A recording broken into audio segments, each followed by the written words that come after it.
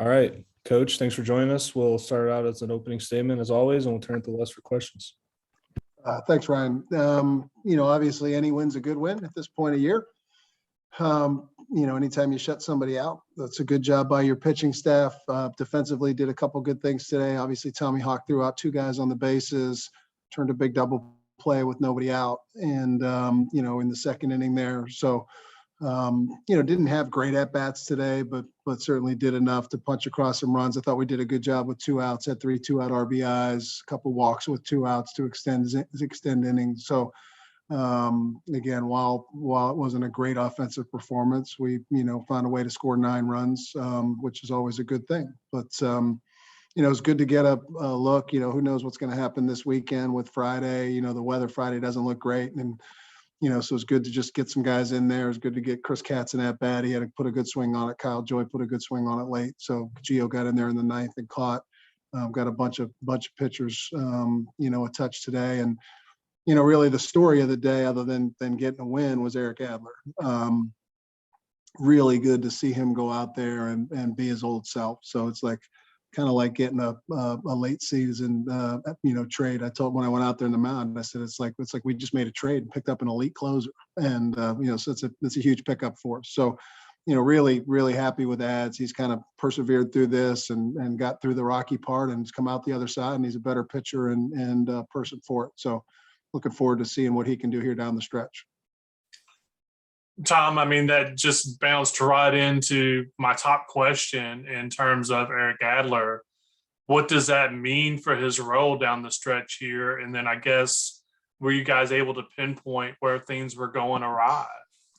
Yeah, again, I think he was just overthrown a little bit and thinking a little too much. It's like the old tin cup adage, right? Where this caddy's like, your brain was getting in the way. And so I think it's just one of the things where, he just had to trust his athleticism and get back to doing what he loves to do, which is throw the baseball really hard. Again, I feel like he's on the other side of it. The thing I love the most about his outing, obviously 4 strikeouts and no walks is awesome. But the thing I love the most is, he came out, started the second inning there and, threw a pitch over the catcher's head and came right back, fell behind that guy 3-1, threw 3 straight fastballs in there into the strike zone and with no fear. So, when you see him do that in that situation after, scattering one like that, that tells me he's in a really good mental headspace. So to answer your question, he's going to be in a leverage role this weekend. I won't hesitate to throw him out there in a huge situation this weekend against Carolina. I guess another pitcher I'd kind of like a little bit of a clarification on is Will Andrews, who seems to be throwing pretty well. Is he someone that you might get out there in ACC action down the stretch? For sure. He's moving up the depth chart in a hurry, without a doubt. He's previous to this coming weekend, he wasn't on the travel roster. He's obviously going to be on the travel roster this weekend. And a guy that's I'm sure we'll see his number called again here, probably this weekend for sure.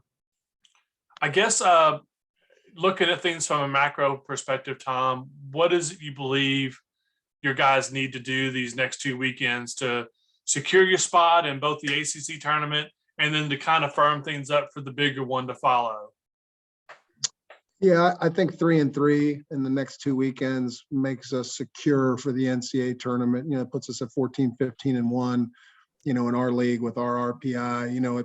If we go 3-3 against those 2 clubs on the road with the RPIs that they have, our RPI is only going to get better.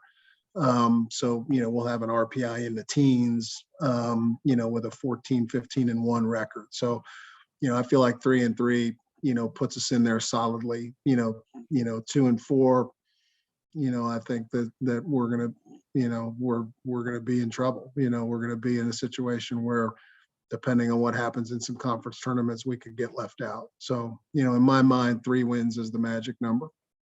How do you? One of the hallmarks I think of this team, I think you'd agree on this, is that they've had a lot of fun this season. You built the culture that started in the fall. They've had a lot of fun together. They cheer each other on vociferously. How do you balance having fun and just playing baseball versus the desperate need, desperate's probably stretching, but the need to get 3 wins over the next 2 weekends? Well, we've got to keep doing what we did. I mean, we can't change our identity and expect that to bode well for us. We've got to continue to play loose, continue to play together, continue to kind of grind our at bats. Whenever we go up there and we get into those stretches where we try to hit home runs, I just feel like that never goes well for us. So, our identity is a team that grinds at bats. I think we're in the top 5 in the country in walks, find ways to walk, find ways to get clutch hits. Our bullpen's starting to be solidified. Feel a lot better about our bullpen today than I did, just a couple days ago with Ads throwing the way he did. So, again, I think it's coming together at the right time. I think we're getting healthier. Hopefully we'll have Pierce Bennett back this weekend. Turk's a little banged up. Tinney's a little, Brock's a little banged up. So I'm hoping now that final exams are over, the guys can get some rest and we'll be healthy here down the stretch. You mentioned Turconi, and I was working on a story on him this afternoon about winning the Wellman Award, Wellman Life Teammate Award. What is it that makes Michael Turconi such a good teammate? Well, 2 things. One, consistency. I mean, Michael Turconi is the same guy day in, day out, and his teammates can count on that, on him being there for them. Somebody who stays positive at all times, somebody who's kind of that quiet leader behind the scenes, who's grabbing a freshman that's struggling or grabbing an upperclassman that's struggling and patting him on the behind and telling him to keep the chin up. So he's just that consistency and that positive attitude. And he's just a genuine guy. I mean, he's just a guy that, there's no fake about Michael Turconi, and he just shows up and he does his work. It's, Michael's one of those guys that you just don't want to let him down because he's such a good guy and he works so hard and he does everything the right way. He holds himself to the highest standard. I mean, he's just been I guess the best way to describe Michael Turconi is just a pro. He's just a guy that just goes about his business in every facet of his life the right way.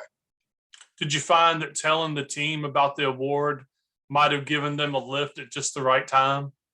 Yeah, I think so. I mean, again, that's a big award. I mean, again, when you win something like that and the head coaches in our department and the administrators in our department vote on that.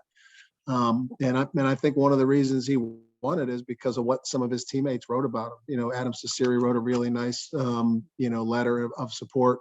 Brendan Tinsman, wrote a really nice letter of support. So, Bill Salento did the same thing. So I think it was just that combination of his teammates and the coaching staff going to bat for him and giving those coaches a glimpse of who that guy is day in, day out.